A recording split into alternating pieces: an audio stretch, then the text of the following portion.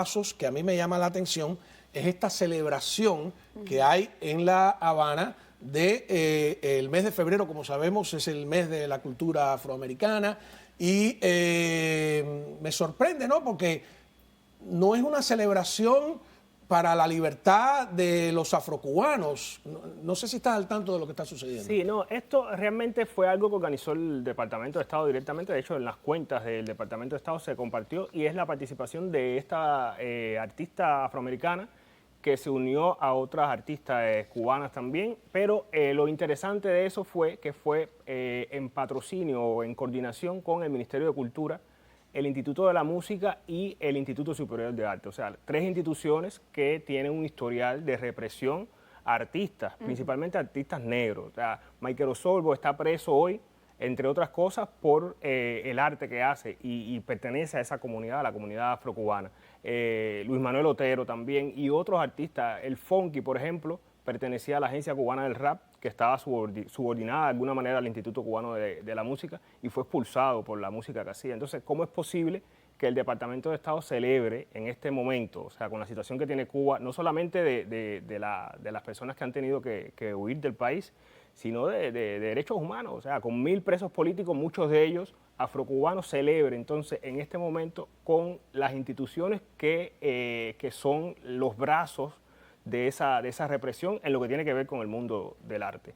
Nosotros publicamos un artículo de opinión en el Washington Times, Norges y yo, esta semana, precisamente hablando del tema.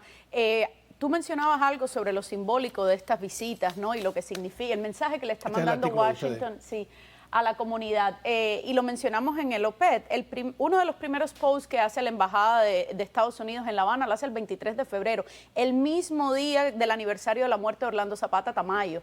O sea, tuvieron el descaro, para mí la desvergüenza de publicar, invitar al cubano que está sufriendo, que está esperando por sus familiares ver cuando salen de un presidio, y entonces le dice, ven a vibrar al ritmo de Tonya Cannon, te esperamos, la buena música está garantizada. No estamos hablando de que el MINCUL fue la misma organización, recordemos que Alpidio Alonso le dio golpes a los activistas en febrero hace 2 años, cuando estaban manifestándose después de toda la agresión y de toda la persecución hacia el movimiento San Isidro, que es un movimiento mayoritariamente de afrocubanos. Estamos hablando de que cuando Luis Manuel Otero Alcántara salió a esa protesta, lo agarraron preso. O sea, es la misma institución del 349, que ha estado directamente ligada a todo lo que ha pasado en los últimos años en Cuba en el activismo. Hay mucha ignorancia también, pero, por ejemplo, yo vi que tú colgaste en las redes sociales este comentario de Raúl Castro, ¿fuiste tú, verdad? Sí. Que me llamó la atención, porque yo había visto otra parte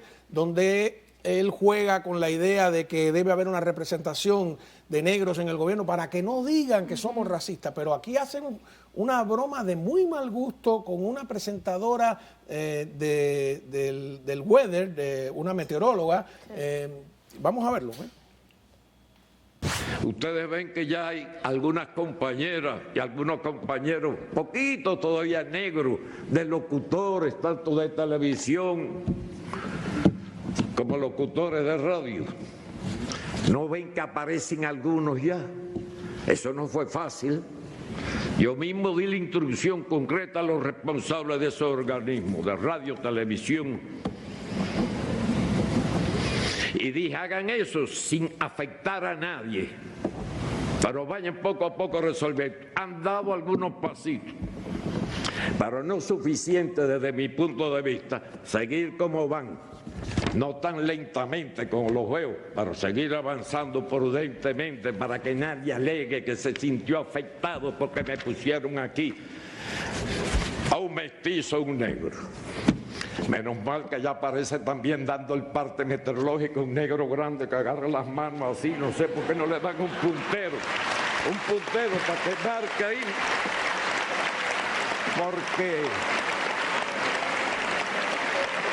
porque no sabe qué hacer con las manos, la pone así y tiene un mapa ahí que se va reflejando. Dios mío, era un meteorólogo. Qué oprobio. ¿Es un mal chiste o estoy yo prejuiciado? No, es racismo. ¿Y el aplauso? Evidentemente, o sea, el aplauso tiene que ver con que eso es un lugar en el que no se cuestiona al poder, o sea, es una dictadura y el dictador hizo un chiste racista y no hay consecuencias. Eso en otro país en el que hay democracia y Estado de Derecho le cuesta el puesto al que dice eso, ¿no? En televisión nacional, además, en vivo hacia todo el país. Entonces, con ese gobierno, con esas instituciones, son con las que el Departamento de Estado, esta administración, está celebrando el Día de la Historia de los Afroamericanos. Eso es una falta de respeto incluso a los afroamericanos que han luchado por los derechos civiles, a Martin Luther King, a todos esos activistas que han luchado por eso. Y es una falta de respeto a nosotros también, a los activistas cubanos afroamericanos que hemos sido reprimidos, pero además con una diferenciación cuando eres negro. O sea, muchas veces utilizan términos así racistas ha pasado con Yotuel, ha pasado con otros activistas negros que le dicen, no, tú hubieras sido limpiabotas si no hubiera sido por la revolución o la revolución te hizo persona, cosas como eso.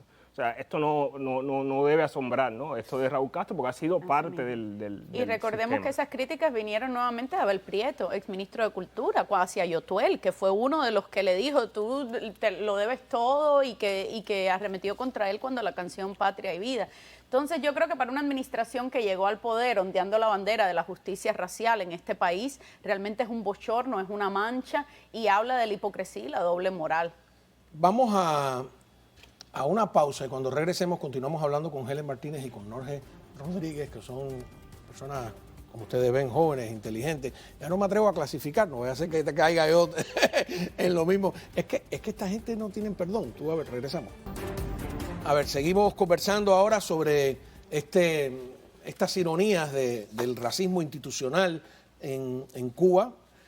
Me llaman de La Habana, tú sabes que nos están viendo en directo, agradezco siempre un mensaje a los que nos ven, que el señor al que se refiere Raúl, primero dije que no era una señora, es un señor, que no es que da el parte meteorológico, sino el parte hidrológico, ¿no? Sí, No sabía qué, sí, da qué el es eso. parte hidrológico, es, o sea, decir Si se va el agua. cómo están las presas, o sea, la cantidad de lluvia que hay o algo así. Y esta persona lo pusieron, evidentemente, como él dice, como parte de ese programa que tenían para que saliera más negro en la televisión, porque, o sea, institucionalmente está reconociendo ahí que había racismo. Pero entonces, supuestamente lo que está haciendo es o sea, enmendando eso, pero hace todo lo contrario, o sea, hace un chiste con esta persona. ¿De qué año? Eso es de 2018, eso fue el discurso en el que él se retiró del poder, o sea, supuestamente. Lo cual es la el ironía, discurso, sí, de porque despedida. ellos dijeron que en el 59, cuando tomaron el poder, el racismo lo eliminaron como si fuera la varicela, ¿no? Llegamos y lo eliminamos, Sí, el día cero. por decreto. Sí, Por por decreto, decreto, y la gente no, ya cambió. Dijeron que lo eliminaron, ya no va a haber racismo entre las personas, ya los chistes se acabaron. Y además eso hablábamos sucedió justo cuando en Estados Unidos y en el resto del mundo había una batalla por los derechos civiles, ¿no? O sea, eso no llegó a Cuba nunca precisamente porque el régimen lo impidió, ¿no? Esa lucha. Los activistas cubanos no pudieron sumarse a esas luchas porque ya se acabó por decreto el racismo y estamos viendo que no se ha acabado. No, y además porque cuando tú das por terminado el debate, que es lo que han hecho al terminar el racismo por decreto, pues entonces lo que haces es alimentar precisamente el racismo, en este caso el problema. Ahora, yo quiero ver el promo que ellos hacen de este evento, porque que tú me lo analices, porque yo no entiendo bien si ellos han ido a Cuba a celebrar pues el mes de afroamericano o si realmente se ha incluido a los afrocubanos, ¿no? A los cubanos. A ver. En febrero celebramos el mes de la historia afroamericana en Estados Unidos, que honra las contribuciones de los afroamericanos en todo el mundo. La celebración del mes de la historia afroamericana comienza en 1915, medio siglo después de que la 13ª enmienda aboliera la esclavitud en Estados Unidos. Fue fundado por el historiador Dr. Carter Woodson, que fue el segundo afroamericano que obtuvo un doctorado en la Universidad de Harvard. Desde 1976, todos los presidentes de Estados Unidos han designado... A ver, disculpa que interrumpa. Como mes de la historia. Hasta aquí están hablando, no hablan nada de los cubanos. ¿Qué has logrado saber sobre el evento? O sea, la idea del evento es precisamente celebrar, o sea, es algo de la embajada, celebrar ese mes en el contexto de Cuba. Pero si vas a celebrar el mes de los afrocubanos en Cuba, en un lugar en el que muchos afrocubanos están en prisión por hacer arte y además llevas a un artista ¿por qué el artista no visitó a familiares de presos políticos, por ejemplo, que son afrocubanos?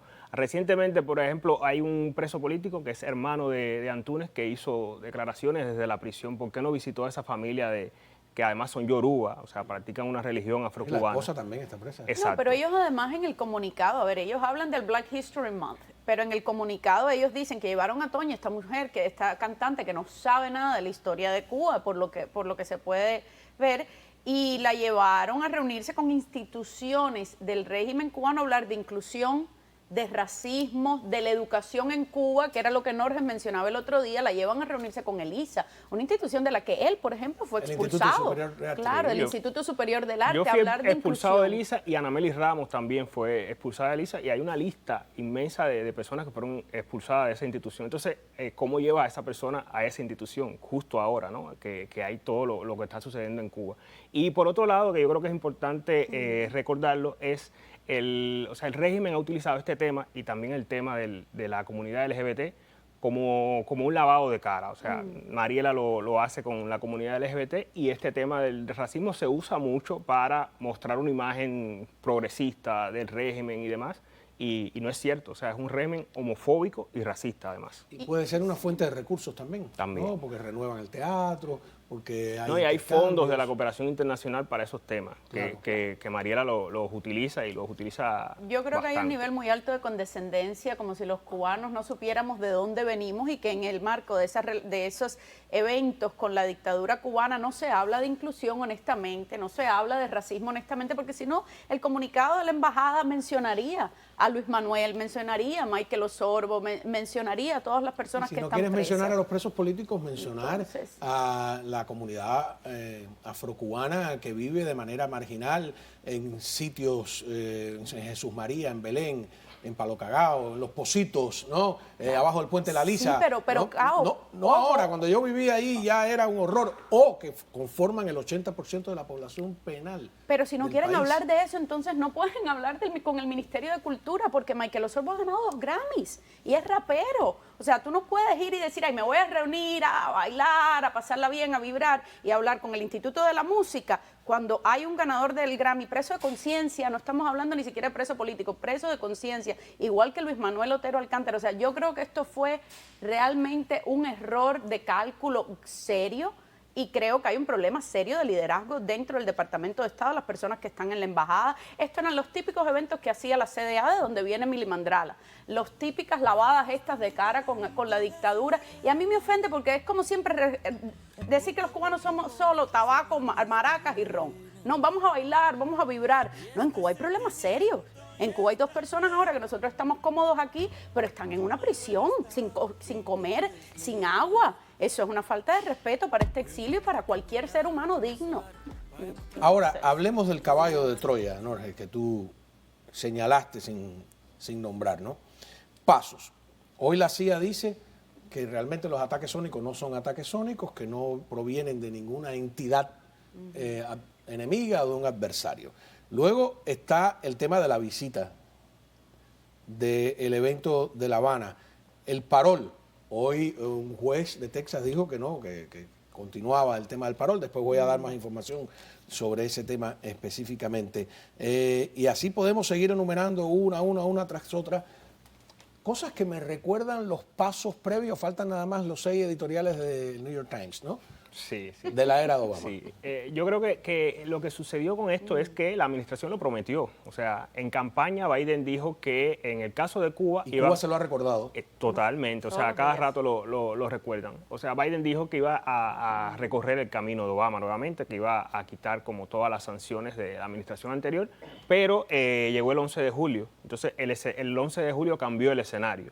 Tuvieron que poner sanciones nuevamente y parar ese tren del deshielo, pero ahora están intentando volver a ese camino. Entonces es lo que estamos viendo. O sea, y están intentando hacerlo en medio de un escenario que no tiene nada que ver con el de 2003. O sea, 1000 presos políticos, las protestas más grandes en la historia de Cuba fueron esas. Un éxodo que no tiene precedente en la historia, más el 3% de la población de Cuba salió Instigado por Cuba.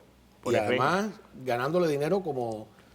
Y además el otro elemento ahí que es súper interesante es que sigue la alianza con Rusia. Acaba de llegar ahora uno de los jefes de seguridad de las agencias de seguridad de Putin, que fue miembro de la KGB, está ahora mismo en La Habana.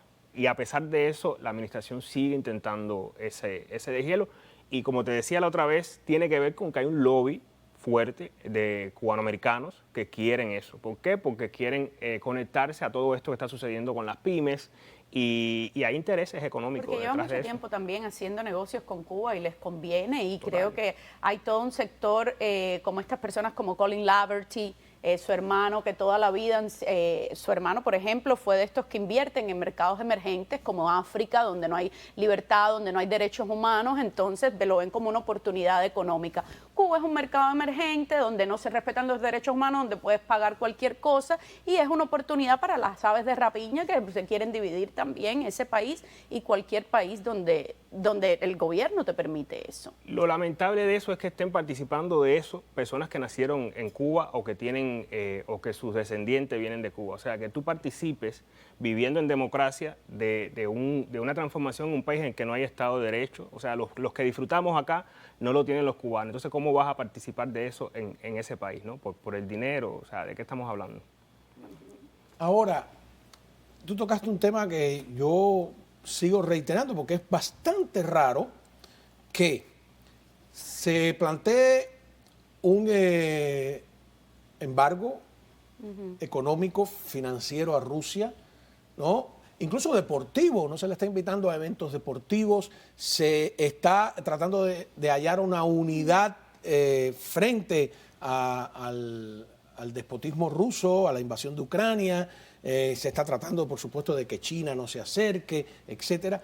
Y a quien es, si no el más, uno de los aliados más importantes de Rusia en la región, a 90 millas, es un aliado diplomático, es un aliado al repetir la propaganda a través de todos sus medios de difusión, a través de las embajadas. Y no sabemos, porque nadie se ha dedicado a averiguar qué colaboración militar hay en un régimen que tiene una tradición de realizar estas colaboraciones militares. Hace poco se descubrió en Argentina la irresponsable grabación donde el embajador de Cuba le propone a la Junta Militar de Derecha Argentina, de parte de Fidel, así mismo lo dice, darle submarinos para hundir barcos británicos. No sé si has escuchado esa grabación, que es una cosa asombrosa.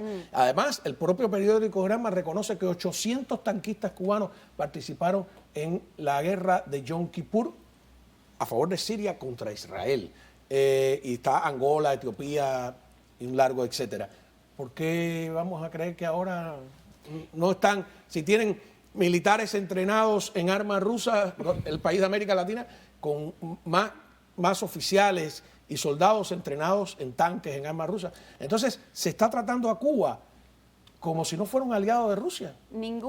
Si al otro país latinoamericano hubiera cometido las agresiones que ha cometido Cuba hacia este país, hacia la región, probablemente no estuviera ahí, ese régimen. Yo creo que en el caso de Cuba hay muchos factores, uno de ellos la infiltración de los servicios de inteligencia cubana dentro de la... Exactamente, como bien ustedes ponían en la gráfica, la cantidad de dinero que Cuba invierte en propaganda, que ha sido muy efectiva. Yo no me canso de ir a cualquier lugar y te encuentras una persona que no es cubana, norteamericana, y te quieren vender a Cuba con los éxitos de la salud, los éxitos todavía, duro. A mí me ha pasado del hospital que del techo chorreaba sangre como en una película de Tarantino. Así mismo, pero las personas han escuchado esa retórica mucho tiempo y lo que nosotros sentimos aquí en Miami no es necesariamente lo que conoce el mundo fuera de Miami, lamentablemente, que creo que es una responsabilidad que tenemos de tratar de también sacar el tema de Cuba fuera de nuestro patio y que se conozca cada vez más, porque estamos en una guerra desigual. El régimen cubano invierte todos sus recursos en esa campaña de propaganda y obviamente nosotros no podemos competir con eso. Entonces, es muy difícil. Son la mayor agencia de publicidad del continente, porque cada embajada, tienen una embajada en cada capital importante del mundo y un consulado en cada ciudad importante. Imagina a lo que es. En eso, por cierto, con el dinero de nuestros... Un día le pregunté al Civilidades Hidalgo, que fue viceministro primero de Relaciones Exteriores, embajador ante la ONU, y le dije, ¿de dónde sale el dinero? Dice, de los pasaportes, de las visas, me dijo, de ustedes. Nada, muchísimas gracias por haber estado aquí con nosotros. Hay otro tema interesante que se relaciona de alguna manera. El gobierno de aquí, de los Estados Unidos, ha prohibido usar TikTok a los empleados federales, pero no es el único, ya verán a la vuelta.